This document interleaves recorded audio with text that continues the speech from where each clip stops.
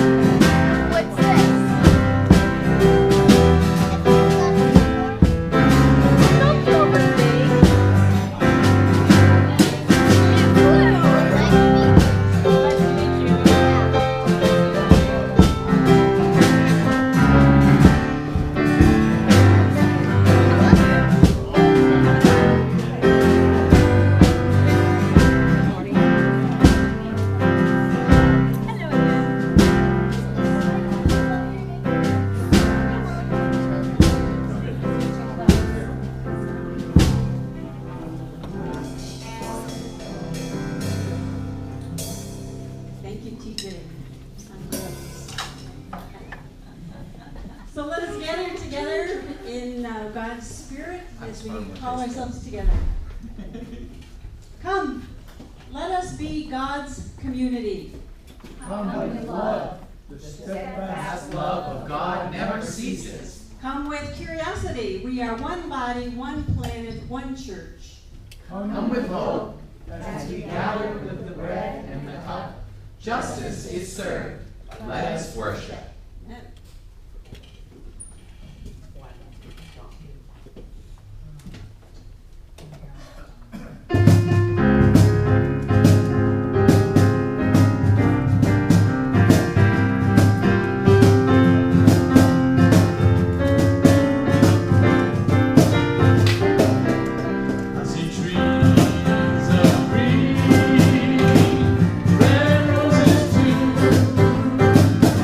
I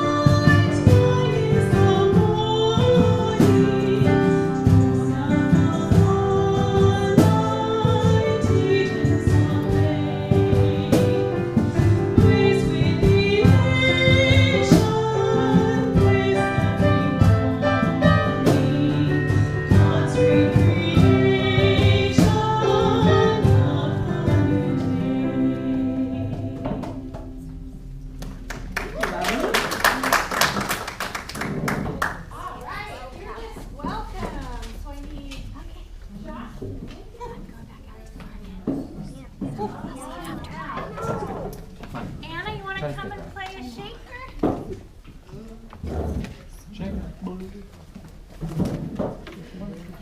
There we go. Here, how about this one and this one? Grant, you want a shaker? Sound good? Awesome.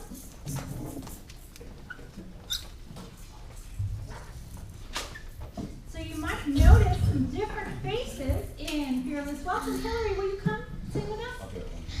The teens are all in confirmation. And so we are lucky enough to have Josh and Lincoln playing along with us today and Savina on guitar. So we have a whole new Fearless Welcome coming up behind the Fearless Welcome that are our older teens. So let's give them a lot of encouragement. Ready? 1, 2, 3, 4. Sometimes in our lives, we all have pain, we all have sorrow, but if we are wise, we know that there's always tomorrow.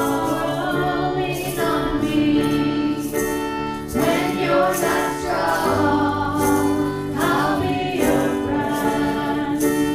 I'll help you carry on, for it won't be long till I'm gonna need somebody to lean on. Please swallow your pride if I have things you need to borrow, for no one can fill those of your needs that you don't pleasure. Lean on me when you're not strong. I'll be your friend. I'll help you carry on, for it won't be long till I'm gonna need somebody to lean on. If there is a load you have to bear that you can't carry, I'm right up the road. I'll share your load if you just call me. Lean on me when you're not strong.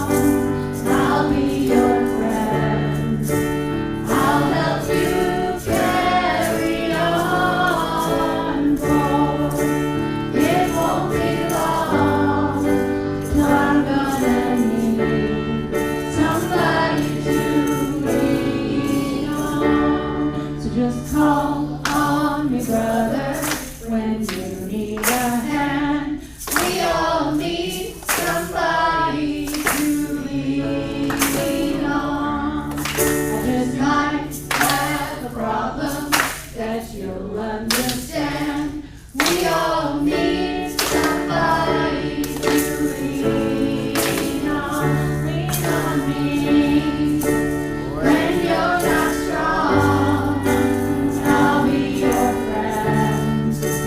I'll help you carry on, for it won't be long till I'm gonna need somebody to lean on.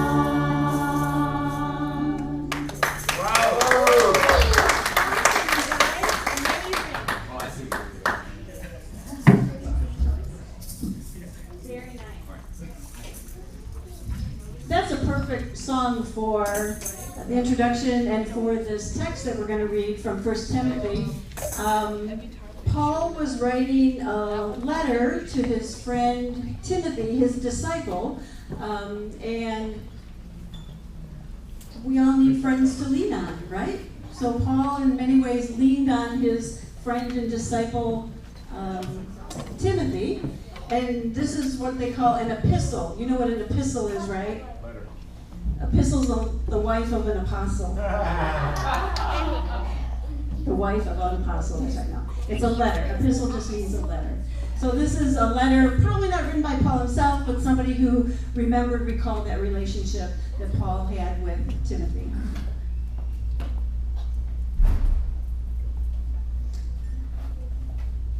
I am grateful to God, whom I worship with a clear conscience, as my ancestors did, when I remember you constantly in my prayers, night and day. Recalling your tears, I long to see you so that I may be filled with joy. I am reminded of your sincere faith, a faith that lived first in your grandmother Lois and your mother Eunice, and now I am sure lives in you. For this reason, I remind you to rekindle the gift of God that is within you through the laying on of my hands.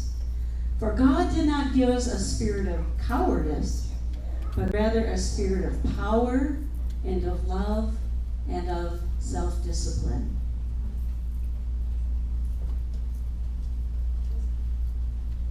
Hi, can I get all the kids down here?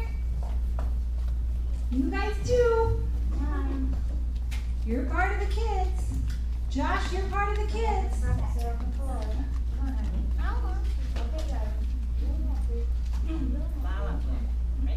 Awesome. Okay, so look at my face. Tell me what this is. It's a smile. Who taught you what a smile is? We just did it whenever we were happy,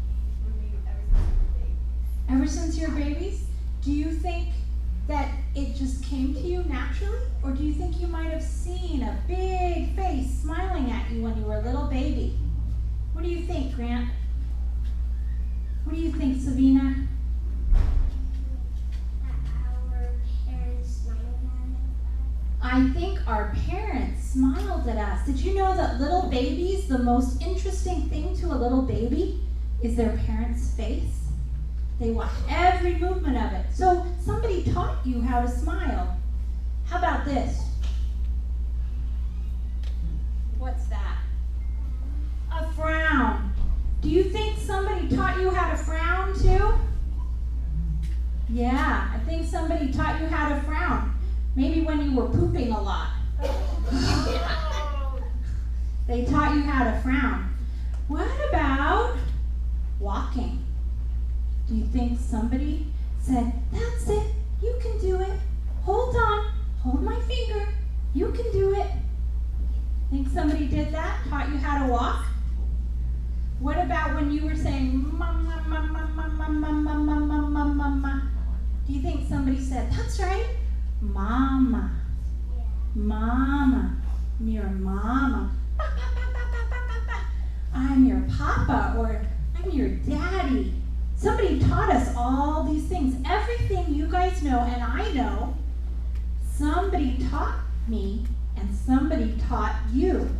So we're passing it down. Now there's things, it's not always your parents who are going to teach you. They taught you all those important things. And now you can learn new things. You're learning from Pastor Nancy and Pastor Ted and all the grown-ups here. And you're learning, and then you're going to pass it on. Like Hillary could learn something really important and teach it to Savina, right? And Adric could learn something really important and teach it to Anna. So our faith is about what's good in life. Like if Grant knew that they were giving out free candy in the parking lot, I bet Grant would run in and say, Anna, they're giving out free candy in the parking lot, get out there, right? We like to share good things. And our faith is all the good things in our lives. So when we learn that, we're going to pass it on to the kids that come after us. So right now, let's go out and go learn some more of it. We have a fun activity. Let's go. It's time.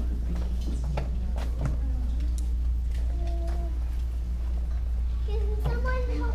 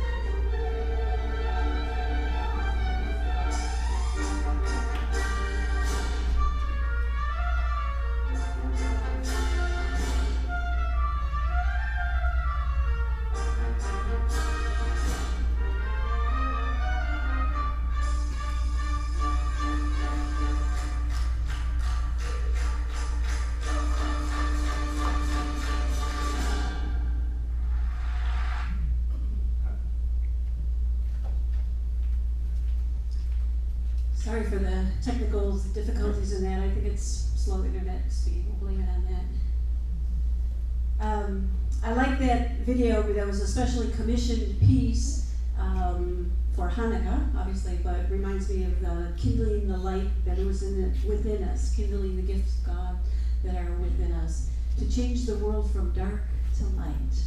What a great image. So Paul's letter to Timothy, I just think is a really wonderful letter. When's the last time you got like a letter in the mail or a card in the mail that somebody just said, you know, I love you, and the gifts that you bring to the world are just so wonderful. And Paul is passing his wisdom on to his disciple Timothy. And it's one of the few times in the Bible that women are named. Lois, how many of you know some Loises? And Eunice, I worked with a Eunice, not names we hear a lot lately. Lois comes from the same word as holy, and Eunice, victory, and Nike. So rekindle the gift of God that is within you. So as I thought about Lois and Eunice, I thought about my own grandmother. I had one grandmother. My mother's mother died really early, and her father died, again, too early for me. This was John Francis and Anna McCoy Nelson. Born and raised in Pennsylvania, but then moved to Western New York, and so did my family. My father, Francis, we moved to south of Buffalo, out in the country. I think it reminded them of the hills of Pennsylvania. And we lived on a rural road, and our house was here, and like a quarter of a mile down the road were Grandma and Grandpa's house. And we could ride our bike down to their house up to a certain age, and then when we got a little older, we could ride like another quarter mile to where there was a bridge up over the thruway, but we couldn't go past the bridge. We could come back down. But Grandma and Grandpa had this small cracker box little house, 2 bedrooms, but a basement that was full of canning goods, because they had a garden. My grandfather had a garden that probably went from the south of our parking lot all the way to Imagine School for the 2 of them. And he would sit on his porch there, and there's a glider, slider, and just bemoan, oh, the melons aren't very good this year. We're only gonna have 100 bushel. Oh, the corn's not very good, you know, we'll only wind up with 2,000 ears of corn. Oh, the tomatoes, whatever, but, you know. We got as much as we did, and we husked corn and canned tomatoes, and so did everybody else in the family, and then everybody else, when we couldn't do any more, he would just put it by the side of the road, and people would come by and get the fresh vegetables. I think they were Methodists at one time, but when my family was growing up, we went to the First Congregational Church, and then I remember them going to church with us. But I never remember really my grandmother or grandfather teaching me about faith. Like, there was a big Bible, you know, one of those big Bibles on the coffee table in her living room, but I don't think anybody opened it. And she wasn't the kind of grandma to quote scripture or talk about faith in particular.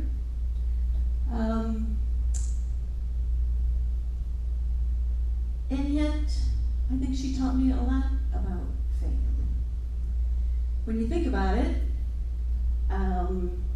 they lived through World War I, World War II, the Korean War, part of the Vietnam War, and yet had a hope for life, were peaceful people. I never heard an angry voice raised. I remember my grandmother would come over to our house before Christmas time, and she'd bring the Sears and Roebuck catalog. And we'd sit with her and we'd turn pages, and we'd mark everything that we wanted for Christmas, or that we thought our mother wanted for Christmas. Every page, we went through every page in the catalog. But I don't know that we talked about faith or compassion or hope or gifts that were within us. Maybe they didn't have to use those kinds of words because they just lived it in their own ways. My grandfather had a great love for the outdoors, and they had a pond, and when Grandpa said it was okay to ice skate on the pond, when the ice was thick enough and we could go out with our shovels and shovel off the snow. And he had trees that he nurtured that led all the way down to the creek, C-R-E-E-K, creek. And someday some young boys came through and swung on the branches and broke branches on the young trees, and literally he just cried when he went through and picked up the mess. His love of nature, his love of people, both of their love had kind of a quiet stream running through them. And maybe that's the gift that they gave me, to find that quiet stream. But that quiet stream that doesn't just stay with me, but calls all of us out to works of justice and compassion and hope. If it's in the little things of sharing food or light or love or help. So when Paul writes to Timothy and shares these words, for this reason, I remind you to rekindle the gift of God that is within you through the laying on of my hands. For God did not give us a spirit of cowardice, but rather a spirit of power and of love and of self-discipline. God didn't give any of us a spirit of cowardice, to shrink from the world, to shrink from things that needed to be done. But God gave us a spirit of power and of love and of self-discipline. When you think about rekindling a gift of God that is within you, what are those places? Where are those places where you rekindle the gift of God that is within you? I did a wedding on Friday. I was contacted by the bride a week ago because the pastor that they had dumped him. And her fiance is in the Navy in Virginia. They live in Virginia. Her mother's in Scottsdale, so the wedding was in the backyard in Scottsdale. And friends came in from Chicago and Seattle. And the bride is African American, and the groom is white.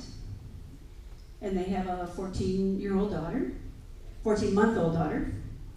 And as I was meeting and talking with them, they went to a bakery in Scottsdale and said, we'd like to order our cake, and we'd like the wedding topper, the bride and groom on the top, to be an interracial couple. And they said, well, we can't do that. They said, really? You've got a white couple and you've got a black couple. Can't you paint faces on one of them, white or black? And they refused to do it, in fact. Now, Scottsdale happens to be one of those places that does not have a non-discrimination policy. They can discriminate. You can lose your job, you can lose your apartment, and you can lose public accommodations because a vendor does not want to serve you. So they left that bakery. I've been meaning to post it on Facebook, but actually one of their cousins then took one of those couples and painted in her sister-in-law of color. Where is a small thing? It's a huge thing. Where are those places of injustice in 2016 that we can, we might, we could, we want to, we hope to, we don't allow cowardice to keep us from speaking out that injustice? How often does that happen and we don't even see it, and maybe it explodes in other ways, like on our streets, like with guns, like with violence? God did not give us the spirit of cowardice. God gave Ktizo, God gave all of us a spirit of power and of love and determination and of grit and of voice and of hope. To be the voice for those who have no voice. To be the love for those who have no love.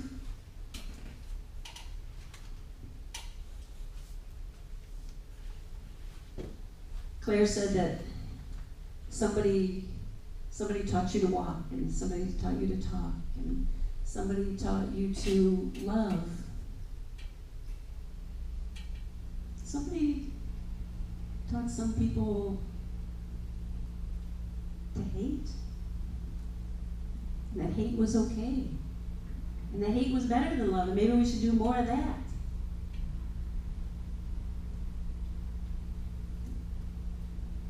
Who taught you the gift of faith? Who continues to teach you the gift of faith? When you see it out there, can you name it and claim it? Can you take that gift of faith, often without words, and pass that gift on to somebody else? There's that quote, preach the gospel at all times. If necessary, use words. Amen.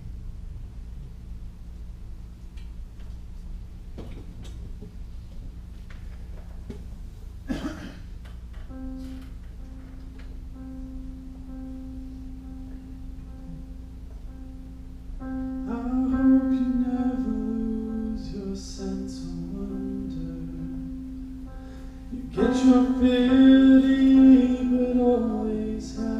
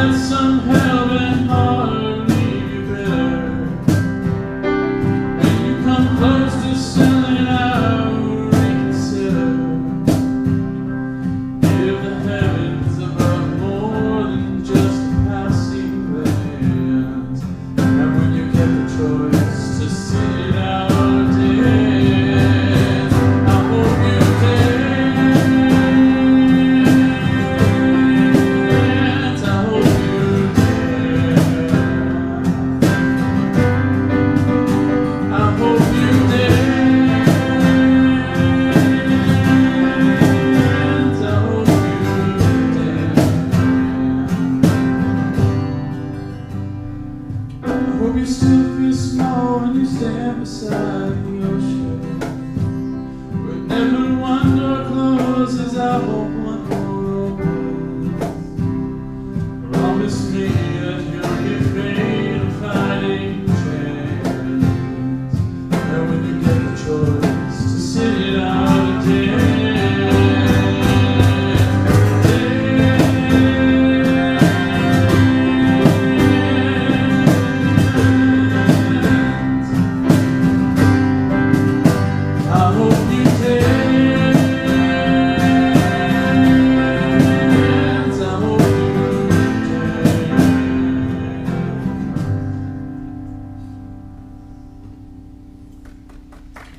Perfect song. Thanks, Rebel. As we come together to share our joys and concerns, Max, how's your grandmother doing?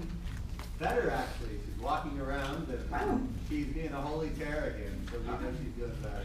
All right, good for her. We share our joys and concerns for Ktizo, for Ktizo East, which is up and running. Brenda Gallup had surgery, and she had heart surgery a second time. Brenda raised her sister Ruth in prayer. She went for her flu shot, and the person was giving the flu shots. Ruth noticed that the person was using the same needle.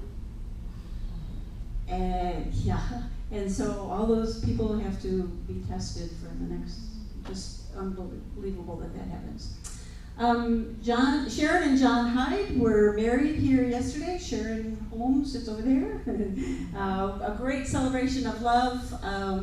They had friends from all over a long time. It was just really a lot of fun. And they're doing very well. They were back in church this morning. Continue to keep in our prayers all the gun violence that happens here. Hal Holman and Mary are doing, Hal's doing a little bit better. Ted's been over to visit him. And Megan's? She's still on tour. I was actually just trying to get her on the phone so she could tell you, but it's not working, so.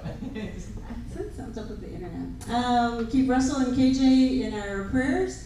Diane Detweiler-Zapp had asked for Judy, who has recurrence of cancer, to be in our prayers. And her friend John Foley is the chair of Pride in Tucson this weekend. That's how well he has recovered and become active again. And we keep those with loved ones with addictions and those with recovery in our prayers all the time. Are there other joys, concerns that you would add to our list? Pray for raindrops coming through the vent. Oh, That's what that is. Joys, concerns, prayers? Yesterday, the crews that were working. We did Love Our Schools yesterday, us and tons of people. I was at Cactus Wren, getting the garden back in shape, but they had people in the library and the teacher's lounge and all over. And were you somewhere? But I know we had folks deployed in a lot of different areas. I almost brought in Bermuda grass. You know, it grows, like this, and then the roots go from here to there. That's what's in the garden there. So. It was a joy. Others? Great, then let's come together in prayer, and you're invited to call out Thanksgivings. As today we remember when we come to the communion table, it's World Communion Sunday. Christians around the world have been celebrating communion together, honoring the one who binds us together as one Christian community around the planet. It calls us to live out our faith as one body. So let us call out and lift up the deeds and acts of the church, for which we are thankful.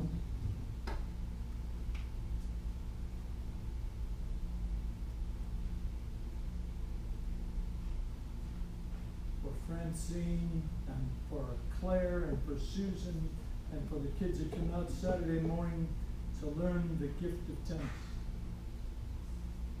I love for Nancy and Ted for being here for hours. I raised up Sam, who is teaching our teens in their confirmation class.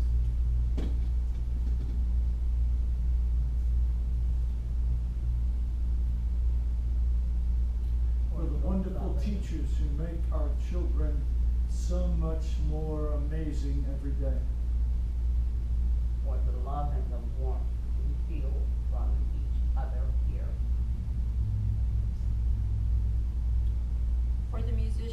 serve us so beautifully and faithfully every Sunday.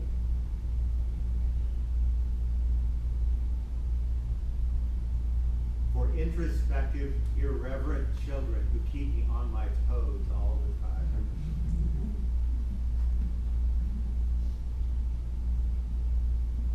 For the folks who sweep and mop and clean the toilets every week here at the church.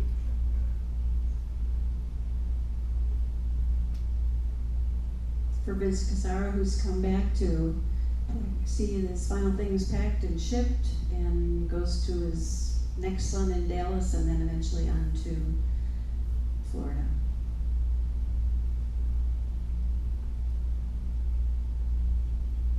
For our Sober Living Task Force people.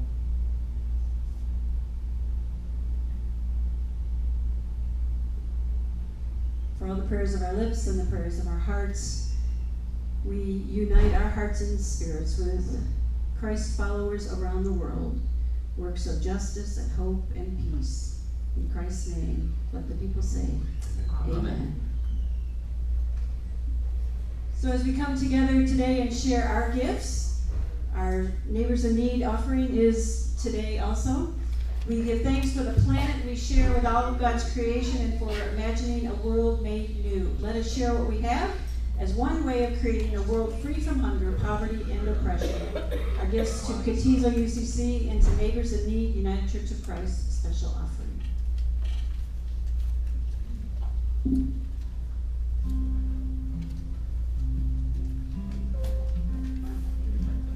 Oh, go for it.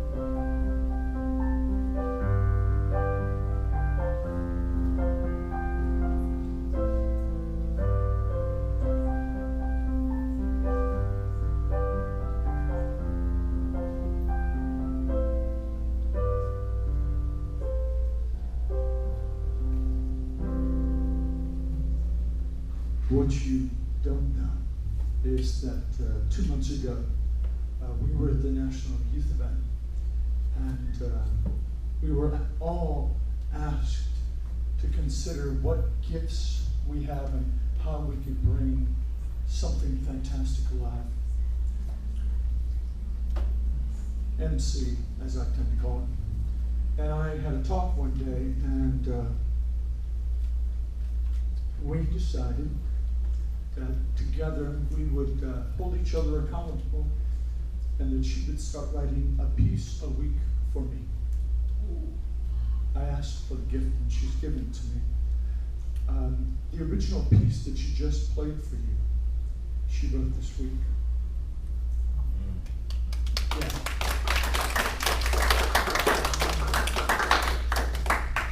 I want you to know that Bach wrote an entire series of music every week for worship. And when we talked, what did I say?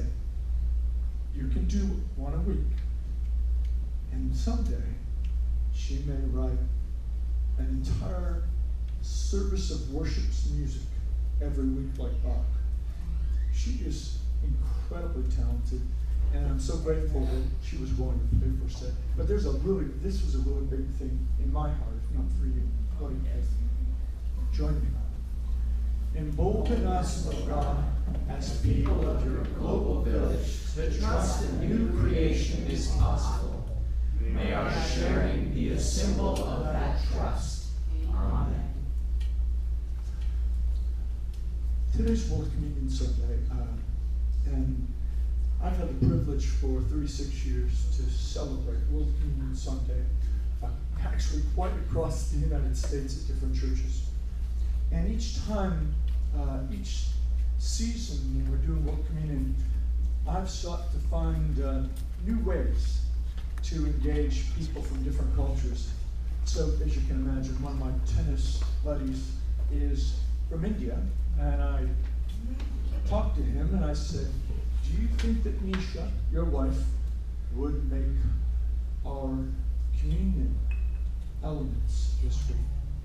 So we wrote back and forth for a little while because I had no clue what I was asking for. So I thought I had it clarified. So she made us this beautiful piece of bread from an Indian culture. So I go over to pick it up last night.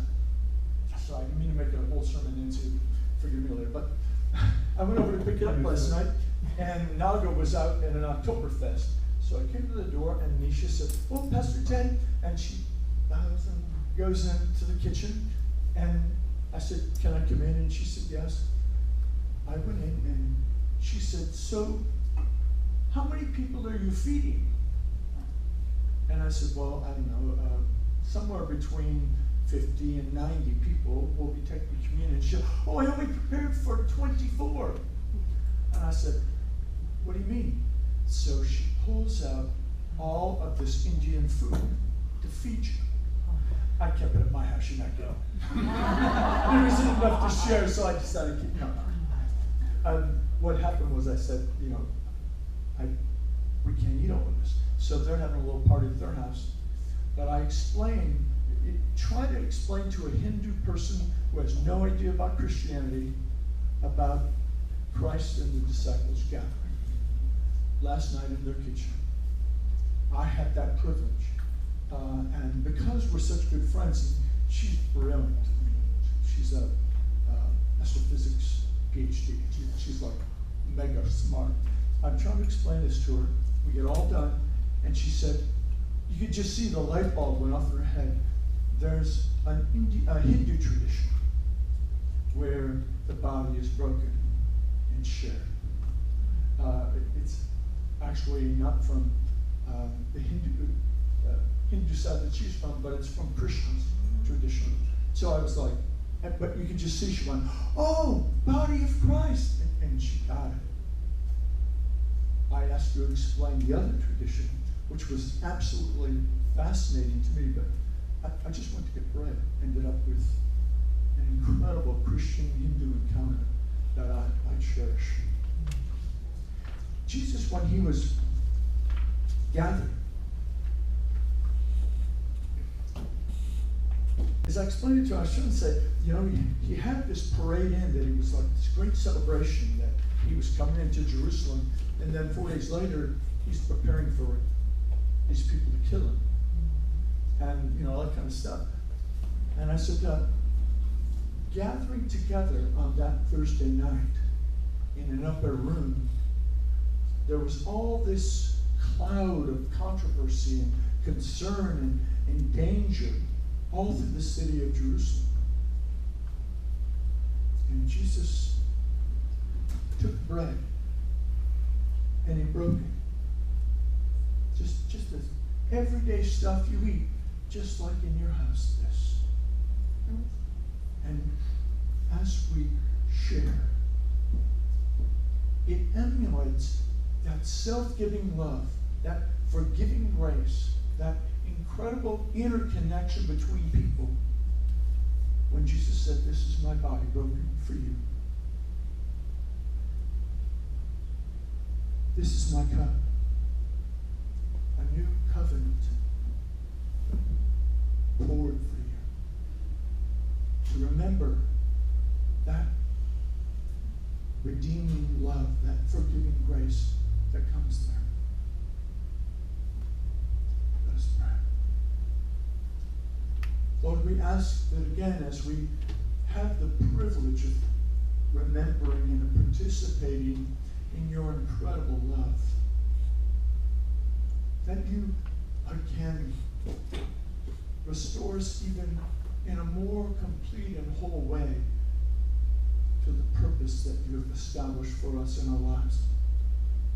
We ask you to bless these elements, that we might continue to be transformed into the ways of life, of justice. Pray this in Jesus' name. Amen.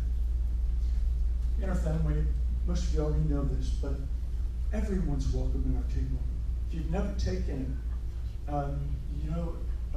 it really isn't flesh, like I'm not turning off the finger of Jesus, but it's the representation of that kind of grace and love. And I invite any of you who wish to come forward to take some of the bread, to dip it in the cup, and to take into the spirit of grace and abiding love shown in this act. Susan, would you help me?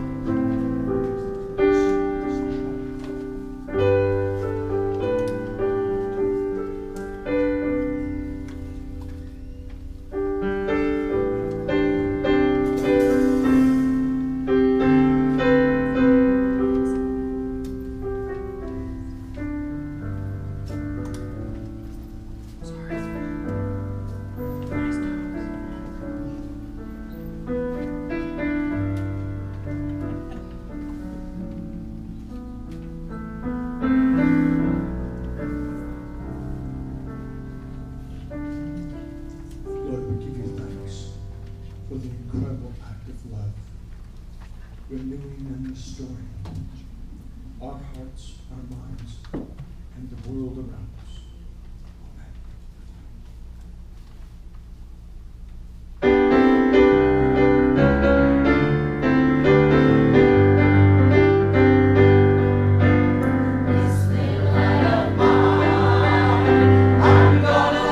Shine.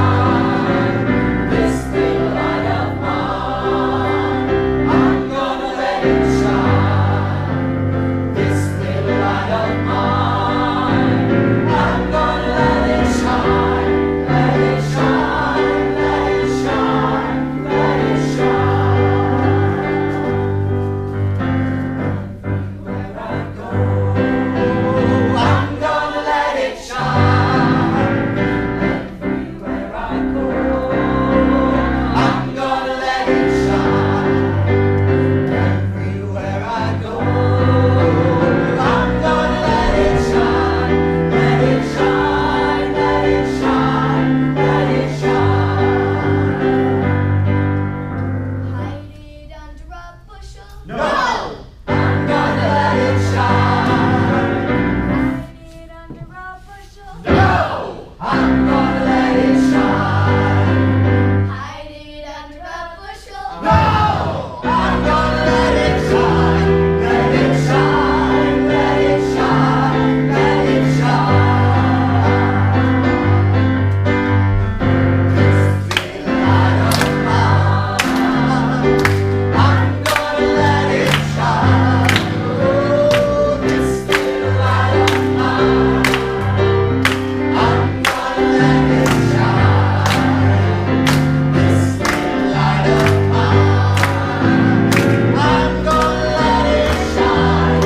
Let it shine. Let it shine. Let it shine. Let it shine. Let it shine. Let it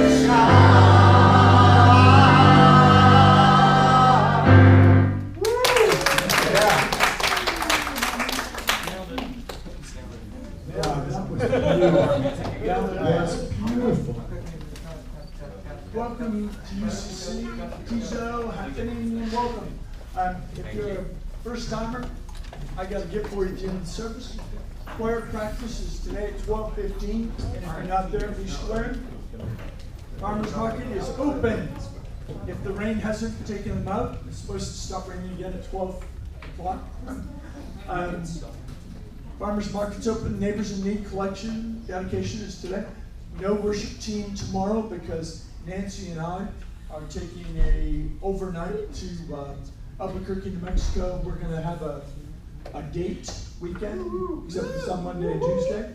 We're going over to the balloon event there. Men's breakfast is on Tuesday at 8:30. I'm not gonna be there, have a great time, guys. Tutoring at Woodbridge Apartments, 4:30. Amy and Marianne will be having a farewell party next week. You'll see it says it starts at what time? 10 a.m. Got it, right? 10 a.m.? Okay. And they're also going to be leading worship next week, both services. So we're going to be doing people talking about their awakenings. Ktizo Board of Directors meets at 12:15 for the Sober Living House progress.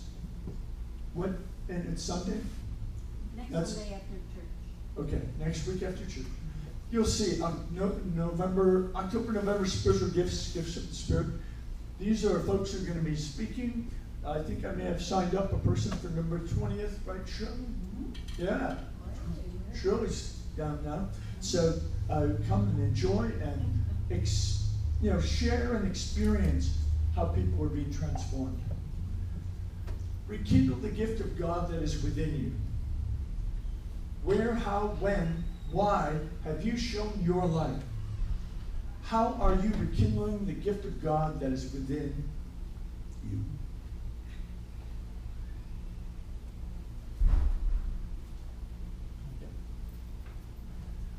I am just so thankful that I have God in my life, that I've come a long ways from a year and a half ago. God brought me back and I'm here. Thank you. Yeah, we're so glad. Yeah, she had a health issue going on. How about anybody else? We did it by singing. Yeah. One day this week, we wound up going to an event that the Washington School District had that I was admittedly reluctant to go to, and then had a great time there. Just encouraging a group of teachers and principals and those school people with ideas that they have and love that they have for their kids, and that was a wonderful event, so thank you. Thank you for going. I know it was a challenge. We have some wonderful educators. The Washington Elementary School District is completely awesome. Anybody else? Yeah?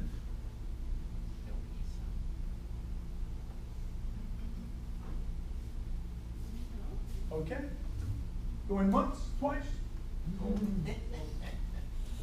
Join me. From east, west, north, and south, we have been fed. Now may the God of our community us all to be a just, free, and gentle people. Let the people of say, God say, Amen. Okay, we're trying one more time. People say, Amen.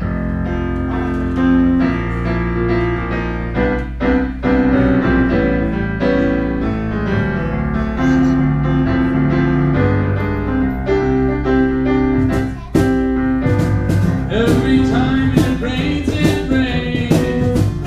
pennies from heaven. Don't you know each cloud contains pennies from heaven? You'll find your fortune falling all over town. Be sure that your umbrella is upside down. Trade them for a package of sunshine flowers. If you want the things you love, you must have showers. So when you hear it thunder, don't hide under a tree. There'll be pennies from heaven for you and me. Trade them for a package of sunshine flowers.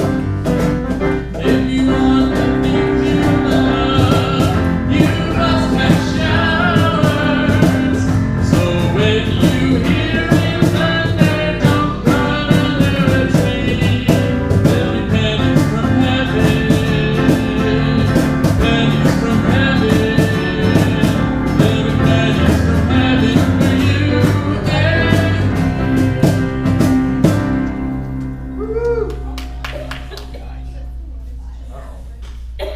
Come to Olga Corbett, and what a story she was at the Munich Games on the uneven parallel bars. Linda, she had a little bit of everything happen to her, didn't she? She sure did. On her first round of optionals, she had a lot of problems. She got off a little bit on her timing, and then she just couldn't pull herself back together. She just really blew the whole routine. But you know, at that particular moment, she captured the hearts of millions here in the United States when